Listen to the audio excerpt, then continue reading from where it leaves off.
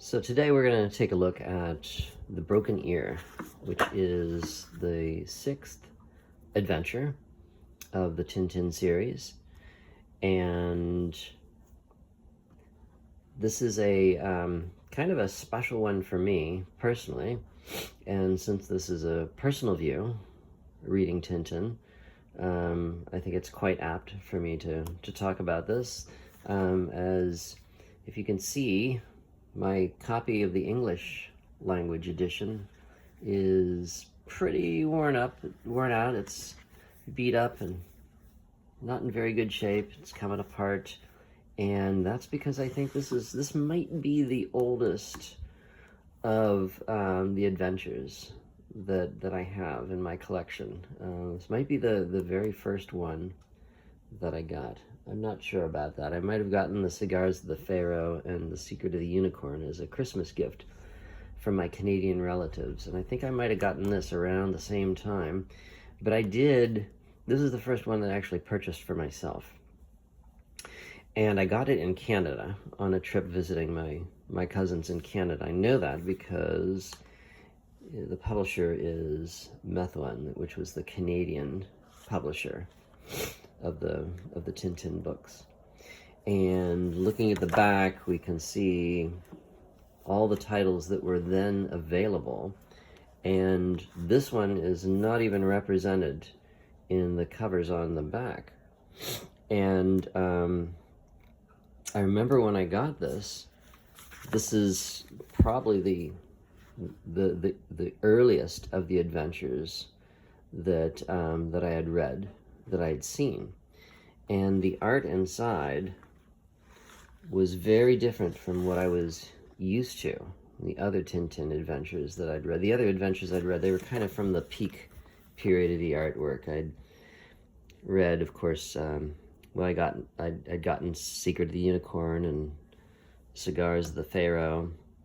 In Canada at my cousin's house, I remember reading Prisoners of the Sun, Tintin in Tibet, The Black Island. All of these, the artwork for these had come during the kind of the peak years in the 40s and the 50s.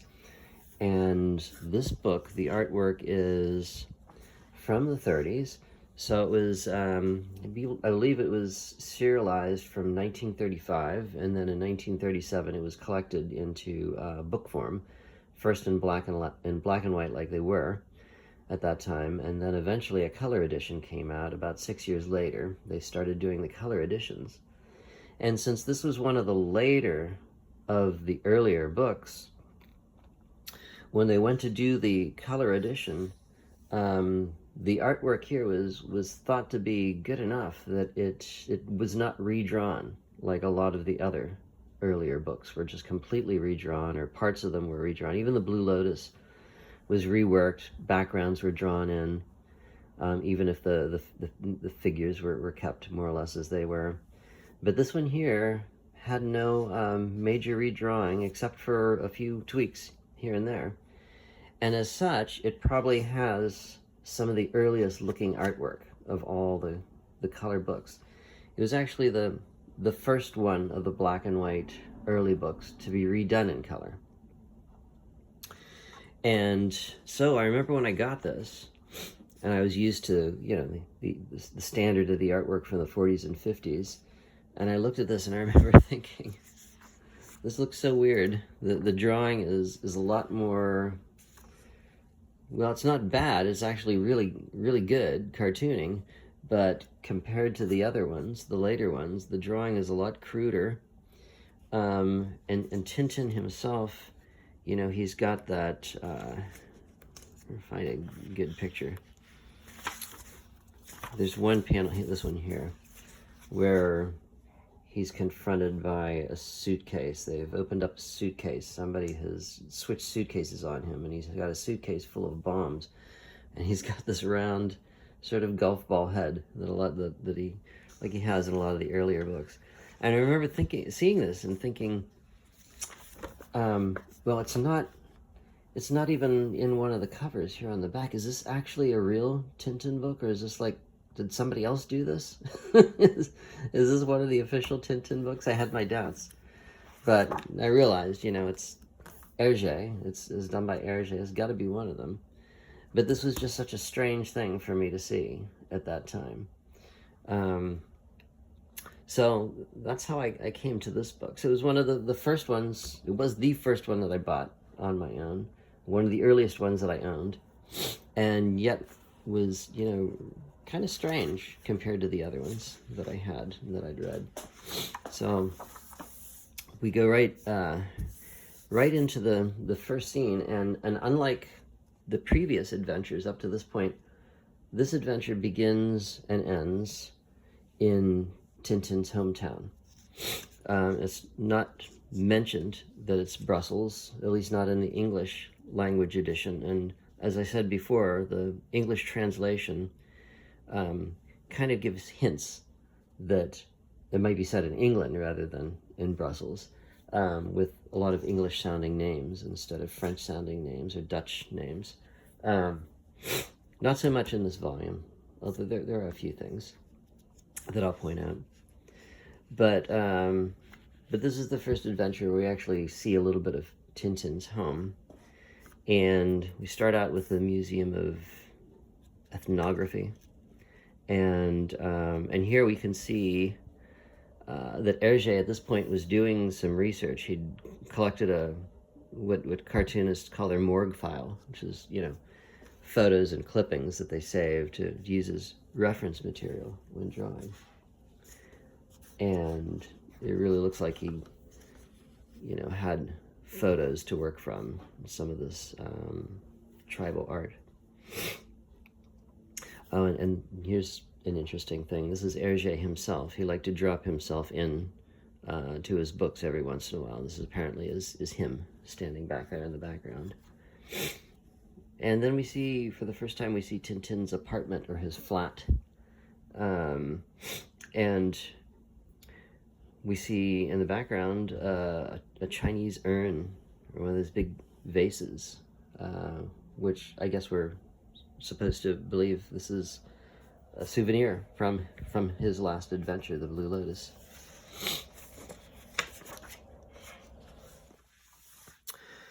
So we have appearance of the Thompson and Thompson again, and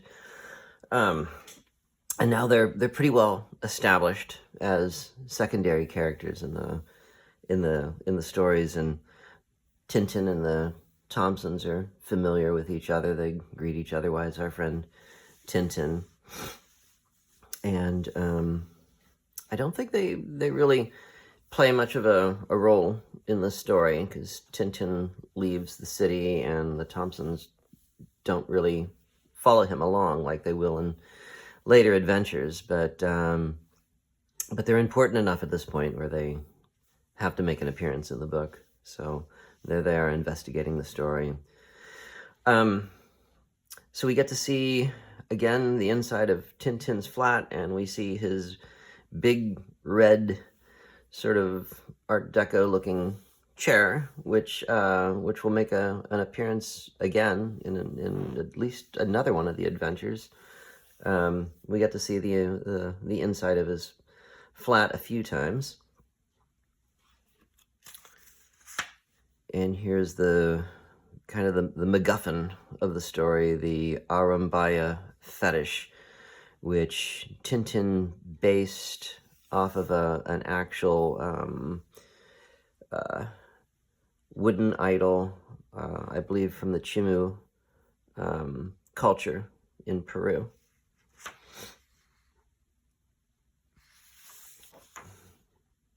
When I was a kid,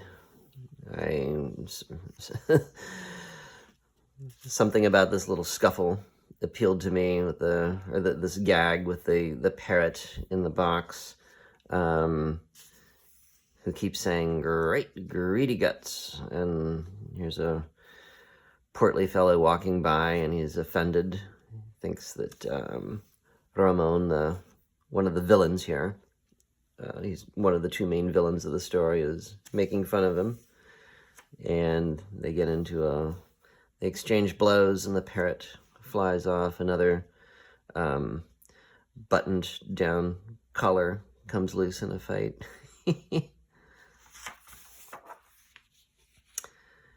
And then this gag here was just like a little insert gag. This professor, we don't see him, or we don't know anything about him. He just sort of makes this one appearance, and he's kind of almost a precursor to Professor Calculus, except in this case, instead of being hard of hearing, the professor doesn't have his glasses. He can't see, so he's walking out in a woman's coat with a cane instead of an umbrella, and then he mistakes the parrot on the lamppost for a person.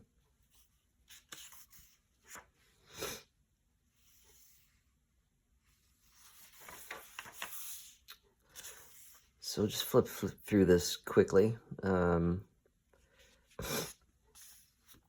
always like this panel here of the people in the building, the residents of the building, being awakened at night with the racket that's going on and going up to investigate, and they're being led by a former colonel who's got his saber out, and they've each got their little this guy's got a microscopic pistol. And they find in the room the parrot. Tintin is almost hit by a car.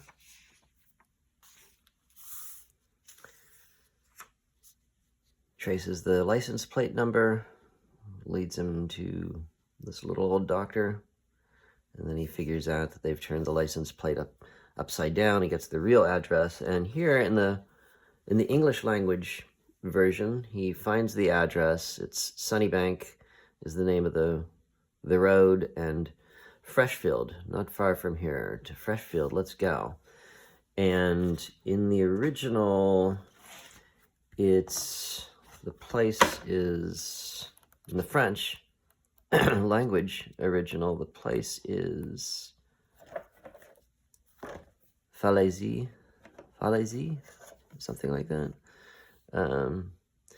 Rayon de Soleil. So the name has been changed to English, but pretty similar. But definitely they changed the place name to something much more English sounding.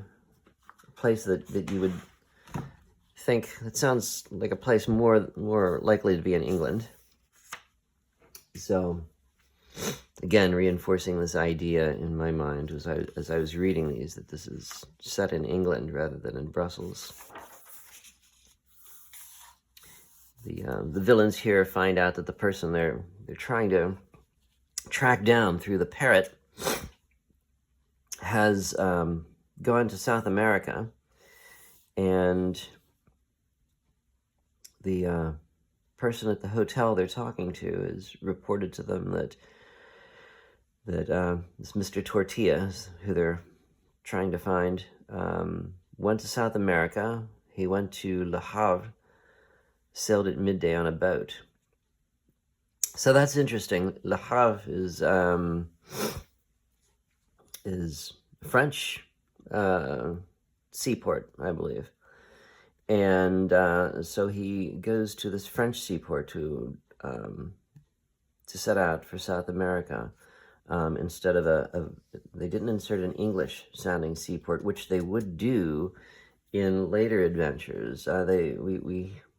In the French versions, we hear them going to the same place, Le Havre, but in the English, it gets changed to something more English-sounding. But in here, they've kept it. And then here we have another thing coming up where Tintin is able to produce a disguise somehow. And the two villains are here, and they begin seeing Tintins everywhere. First they think it's this person, then they think that's Tintin in disguise. So they're going to find out which one it is. They watch this guy tipping his hat and his wig blowing off, and they think, oh, for sure it's him. They go after him, but it's not Tintin. It's not his voice who's screaming. The next morning, they see the old man walking by, and they think this has definitely got to be him. This gag here I always found was really cruel, but I thought was funny when I was a kid. They grab him by his beard. They think it's a false beard, so they're gonna rip it off, and instead they yank him out of his chair. That's awful. back down again. And then here, as they're talking to the steward, and the steward is a bit of a drunk and gives up information easily as he's had a few drinks, and so they ply him with drinks and they get a lot of info out of him. And as they're doing so, we have a waiter who sort of appears in a couple panels, a black waiter. And I remember reading this when I was a kid and looking at that, and even as, I don't know how young I would have been, but even then, thinking, wow, that's pretty that's pretty racist. I can't believe what I'm seeing there. Even then, I recognized that this was something that was very, very antiquated and racist, and it was kind of shocking. And it was kind of a thing where I discovered a dirty secret in the book, and I didn't want to show my parents, as I knew they would be disturbed by this. But I liked the book well enough to sort of keep it under wraps. And then, to make it even worse, it turns out that this is actually Tintin.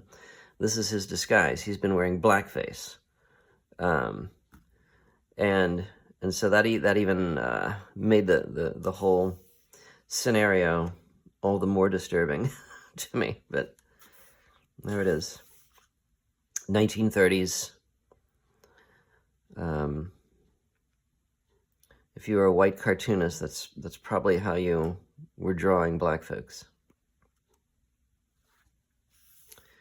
And so now he's in South America, and we come to the first, I think the first in the adventures of the imaginary nations that Hergé makes up, and which will sort of populate his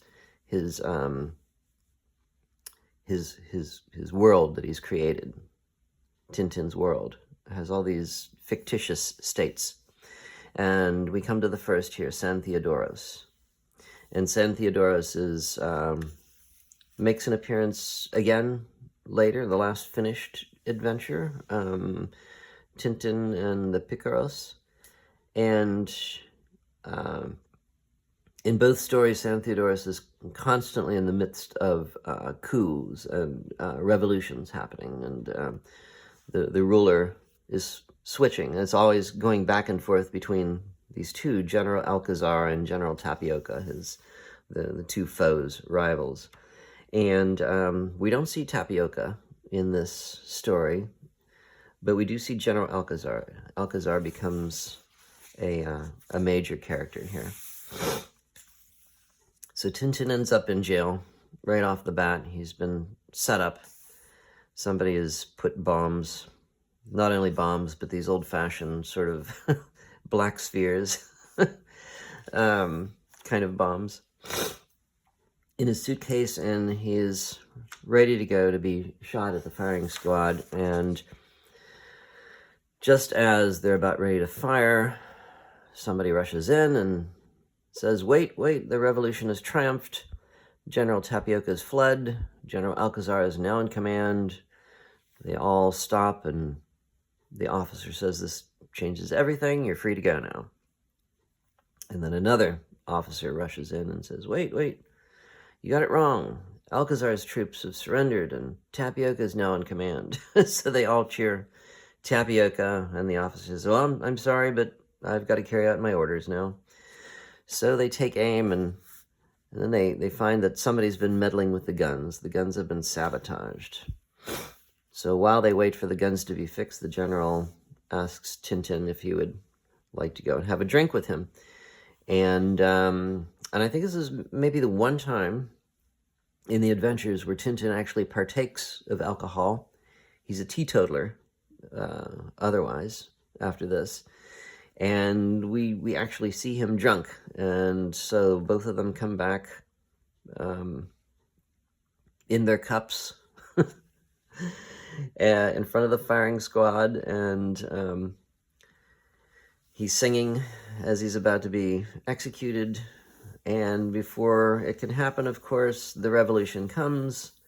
He's freed. General Alcazar his back has taken control again. And Tintin is so drunk, he says, "That's okay by me, then you can shoot me again. Long live General Alcazar, bless his cotton socks." And they think he's heroic for standing in front of the firing line, praising General Alcazar, so they lift him up on his shoulders, and he's become the hero of the revolution. He's taken to General Alcazar, who makes him his new aide-de-camp. And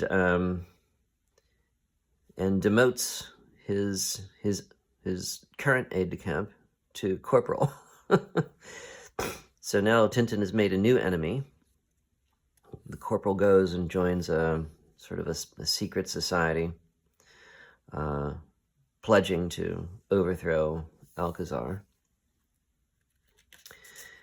And then we find our two villains have shown up at the same place.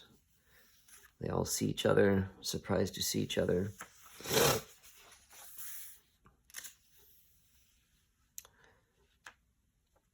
More intrigue. Tintin is captured by our two villains, and once again is about to be shot, but before they can do so, the house is struck by lightning, and I kind of like what it's done to their clothes. It's sort of torn off half of Alonso's outfit and shredded the legs of Ramon's outfit, and has sent Tintin completely out of the house. I don't know how that happens, but so he makes his escape and captures his former captors, and takes them in. Meanwhile, the former aide-de-camp is trying again and again to blow up Alcazar and fails miserably each time.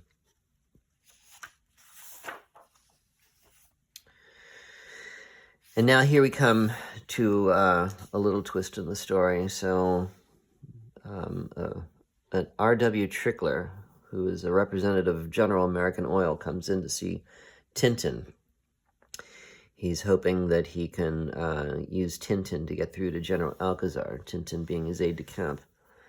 And he's proposing that San Theodoros invade a region that is partly in a neighboring territory, the Republic of Nuevo Rico, in order to capture land there that is suspected to be rich with oil. And this oil company wants to partner with San Theodoros to take control of this land. And Tintin will not have any part of this. He's outraged by the proposal, sends him packing. So he's going to pay somebody to get rid of Tintin. So now we have the appearance here of another character that appears later in Picaros, Pablo, who's paid to go out and assassinate Tintin. Unknowingly, he's doing it right at the same time when Ramon is once again trying to get Tintin with his throwing knives. So he throws the knife, he misses, it goes into a tree, cuts off a bunch of bananas, which comes down on Pablo's head right as he's about to fire. The bullet misses Tintin and gets Ramon in the rear end. Tintin finds Pablo stunned, and Pablo begs for mercy. Tintin lets him go, and Pablo says, "Thank you, Senor. I'm your devoted servant for life." So this will This is important for later. So now we have Trickler visiting Alcazar himself, turning his mind against Tintin, and he says, "Don't trust Tintin. That Colonel Tintin, in whom you seem to have so much confidence. Let me give you some advice. Don't trust him. I won't say any more." So now we see Alcazar begin to act coldly towards Tintin. And here we have the second of the two here, Trickler, and the second is Basil Bazarov, an arms dealer. They're working together to sort of get this war started so that one side or the other can get control of this region.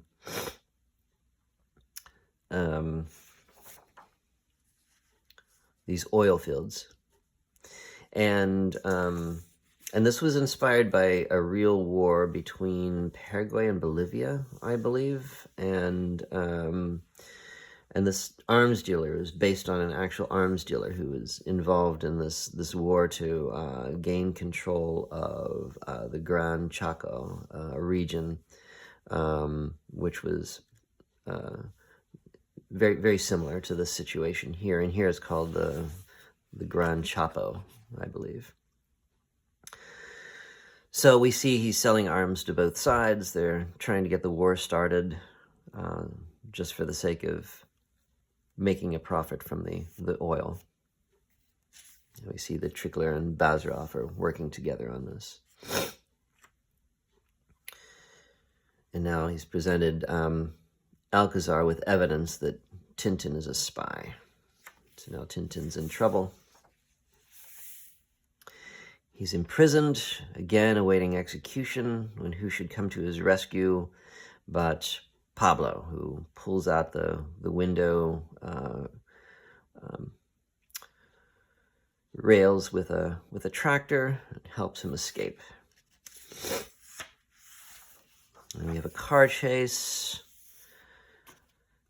planes, trains, and automobiles in the Tintin stories. Now we're really getting to see some nice automobiles here. The Tintin books were known for their vehicles. Some really nice drawings of car chase with a train. That's a great panel. And here we have a scene here where, so we have a car going over the cliff. The soldiers chasing him get out to investigate. They're heading down the road. There's a scene in a later volume, The Calculus Affair, that I think is kind of similar to this. So Tintin's got control of the army vehicle now, crashes through a frontier border post, crashing through the rail. I love that panel.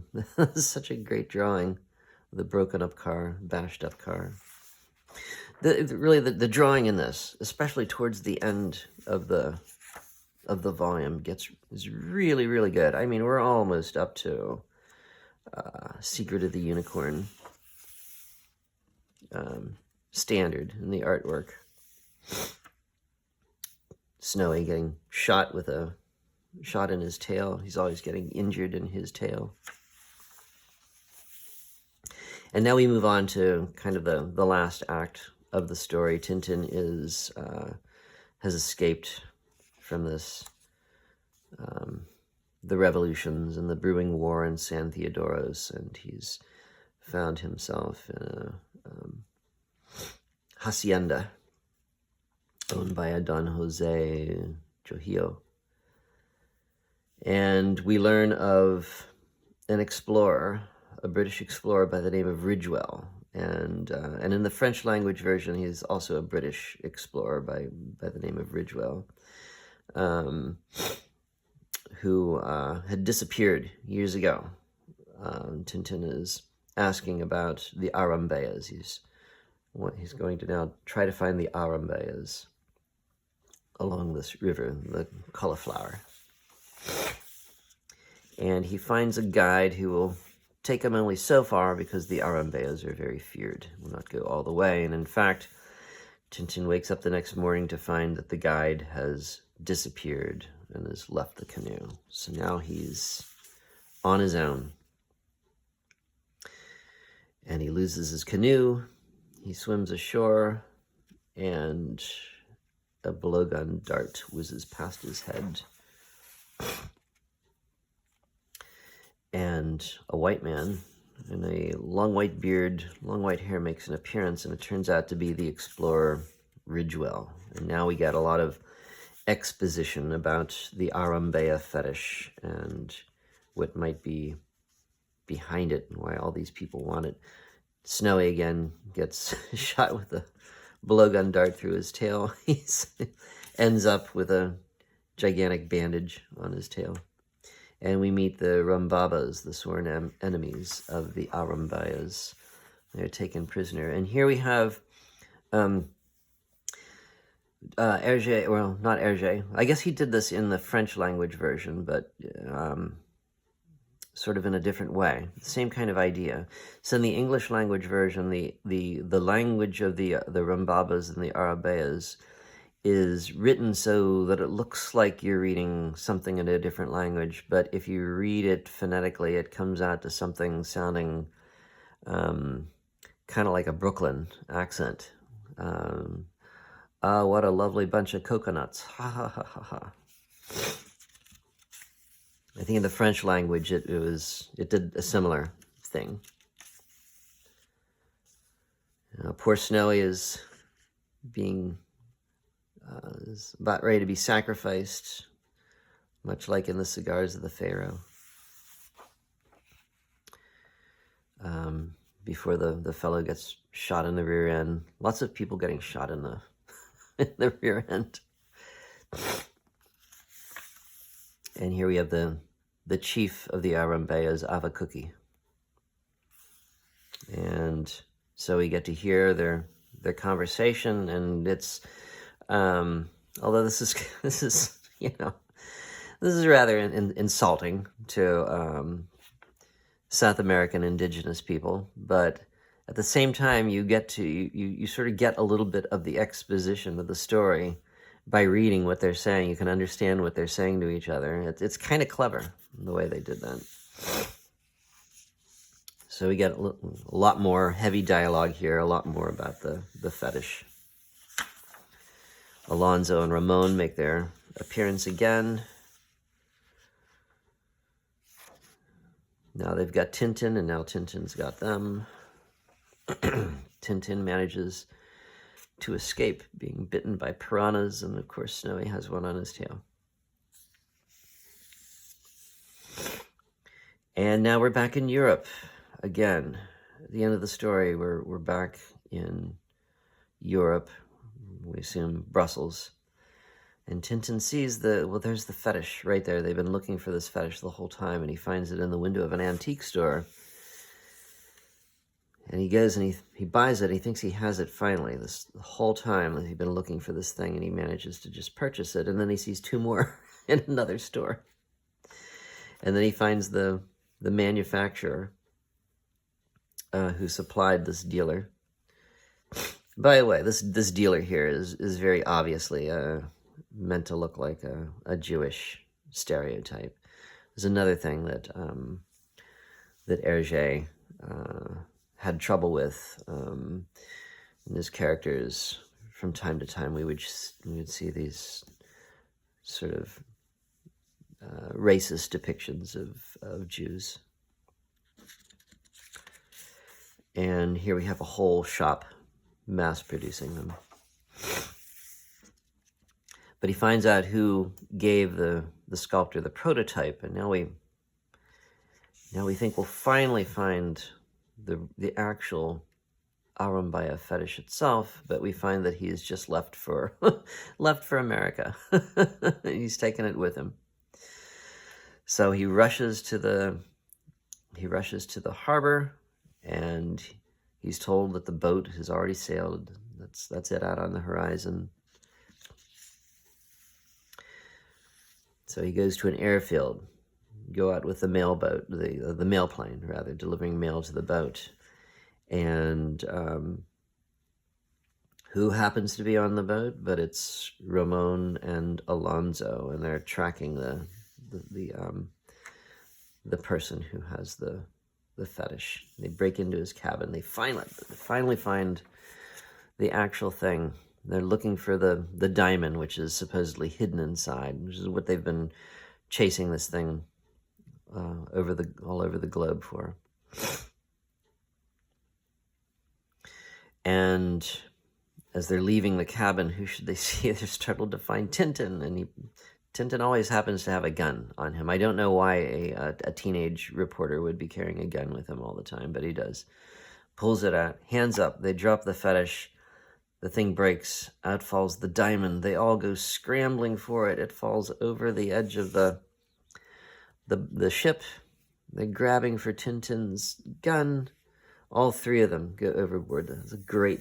This is a great drawing of the three of them entangled with each other, falling into the sea. They throw a life preserver out. The passengers see one of them being fished out. It's Tintin, of course. The other two have gone down to the bottom. I don't know why they continue going down to the bottom, but they do. And he's asked the others. They went straight on down. And then we have this interesting panel here. You don't really see many panels like this, except in dream sequences. The rest of the Tintin books are drawn very kind of in a natural, not a realistic way. The characters are drawn very cartoonish, of course, but in a very naturalistic way. You don't get very many fantastical scenes like this, but this was one. And this is a panel that really struck me when I was a child. These devils. And they also, they do kind of echo kind of racist blackface stereotypes as well, with the big grins and the eyes.